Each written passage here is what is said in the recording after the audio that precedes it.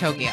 I'm going to go 6 hours. I think Hawaii, 6 hours. I'm going to go 6 hours for 500. 6 hours. Ahead, 6 hours ahead. Okay, I'm like, just 6 hours? No, you're wrong. It is 8:17 p.m. It's like 12 plus. It's 13 hours ahead. A Winnie in this bag, then he about to go to happy hour. Turn up. It's way past happy hour in Tokyo right now.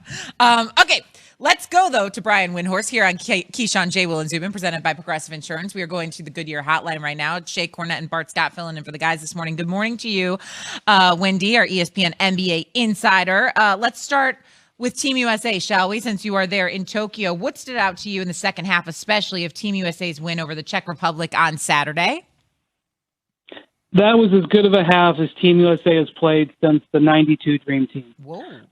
They made 21 of their first 25 shots. I'm going to say that again. 21 of their first 25 shots in the second half. They played shutdown defense. Drew Holiday has just been a demon defensively, and that's important because they're facing some really good guards the rest of the way, and he is going to be out front on them. Kevin Durant looked like the Kevin Durant we expected. And if they play that way, I don't think this is a hot take. If they play that way, they will not be touched. But they have been inconsistent. And I will point out that in the first half of that same game, they were up by 4 points on the Czech Republic, who were not in their class. So it's obviously very encouraging, but I don't think it's something that you can guarantee going forward. Now they got Spain next. They're 16-2 all time against Spain. What do you expect about in the next matchup?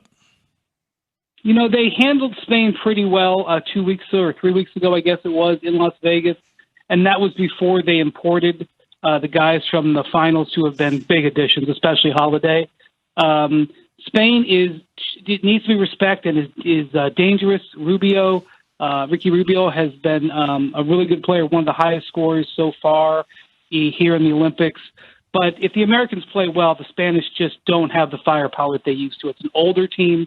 They're relying heavily on 37 or 38-year-old Marc Gasol and 41-year-old Pau Gasol. If they play well, I don't think Spain can handle them.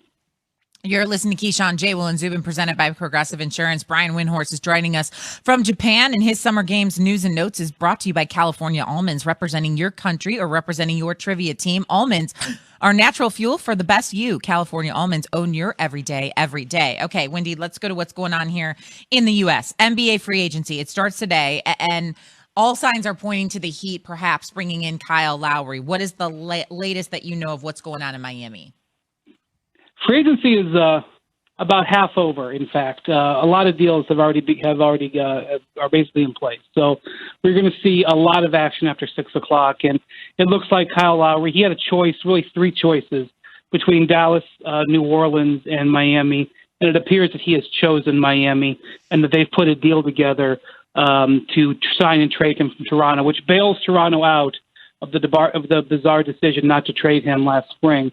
And that is going to send off a cavalcade of other moves that come behind it, specifically with the point guards. I don't expect Chris Paul to move. I expect he'll get a very large new deal done with the Phoenix Suns. And then you're going to have other guys having to make decisions. Specifically, we're going to be watching a guy like Spencer Dinwiddie, who has several different options, and you'll start to see things fall into place from there.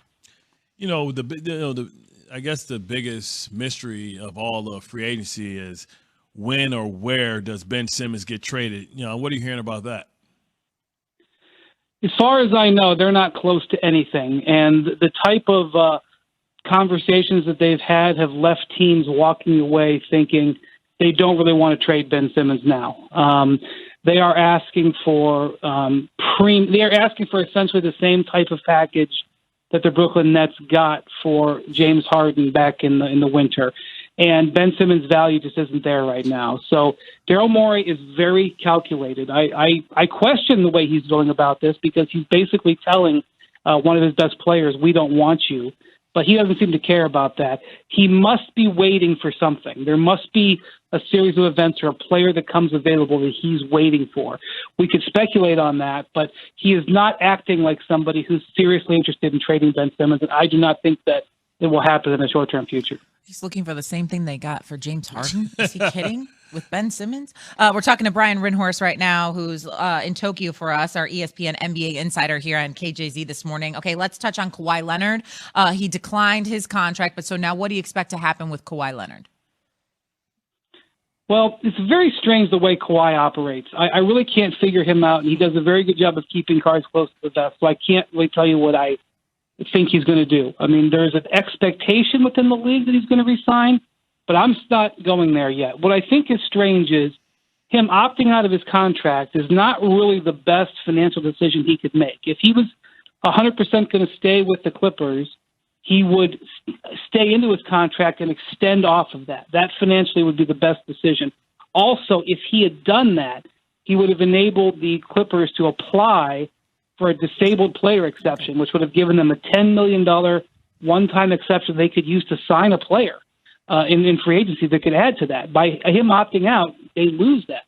So that is not him operating in concert with the team, which makes me wonder what his intentions are. I'm not projecting what his intentions are. I'm just saying that he doesn't seem to be operating in concert with the Clippers. So I'm going to sit back and wait. I do not expect him to have a resolution in the short term here. He did this for a reason, and I'm going to try to figure out why he did that. Good luck with that one. I tell you what, one of the interesting pieces there is Iguodala wasn't retained by Miami, and I know it's going to be a fight out west to see who can get Iggy. Can you see Iggy going back to a reunion with Golden State, or does LeBron convince him to come chase another title? Guys, here's the thing. I honestly believe that the Lakers are going to need to sign 10 minimum players. Well, you just heard me.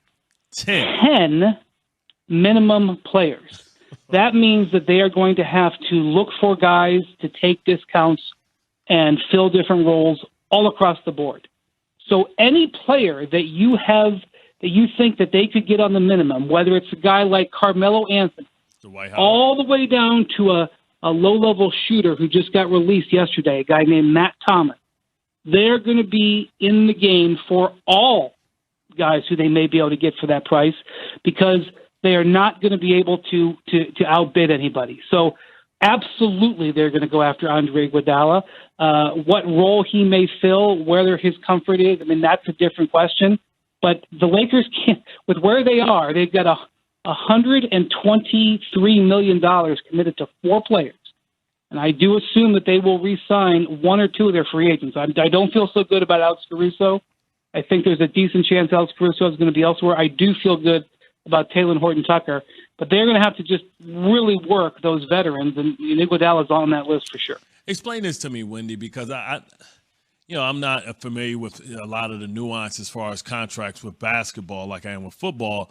But when the Big Three came together in Golden State, when the Big Three came together in Miami, they all restructured their contracts and didn't take as much as they could. Is it possible for them to restructure their contract, be it LeBron or Westbrook, to be able to create some more wiggle room so they don't have to go bottom fishing?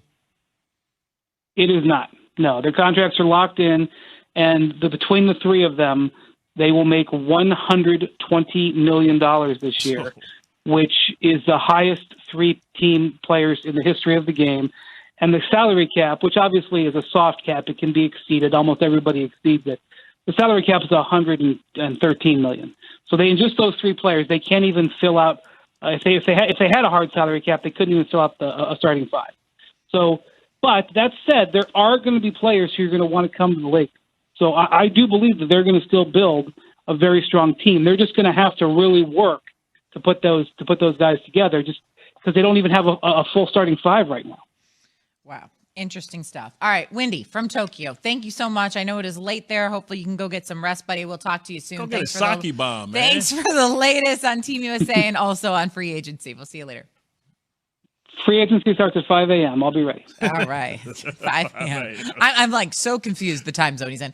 See you later. That's Brian Windhorst, our ESPN NBA insider. He's also the host of Brian Windhorst and the Hoop Collective podcast, giving us the latest on free agency. A lot there to unpack. Yeah. But in terms of what he just said, is there something that stood out to you? I mean, to me, the Lakers having to sign 10 minimum guys, that's a big number. Anything Wendy said that stood out to you? Well, you're thinking about those 10 guys and who those possibilities can be. I think, JaVale McGee or Dwight Howard maybe having a reunion to try and get 2 rings in his Hall of Fame career. He's a guy that's made a lot of money throughout his career. That's all about seeming like he's chasing titles. I felt like he may feel a little disrespected that they didn't try and retain him. I think they realized that that was a problem because Andre Drummond wasn't the answer, right? And also, they missed not having a big man because you can't really rely on the fact that, that Anthony Davis is going to stay healthy the entire time.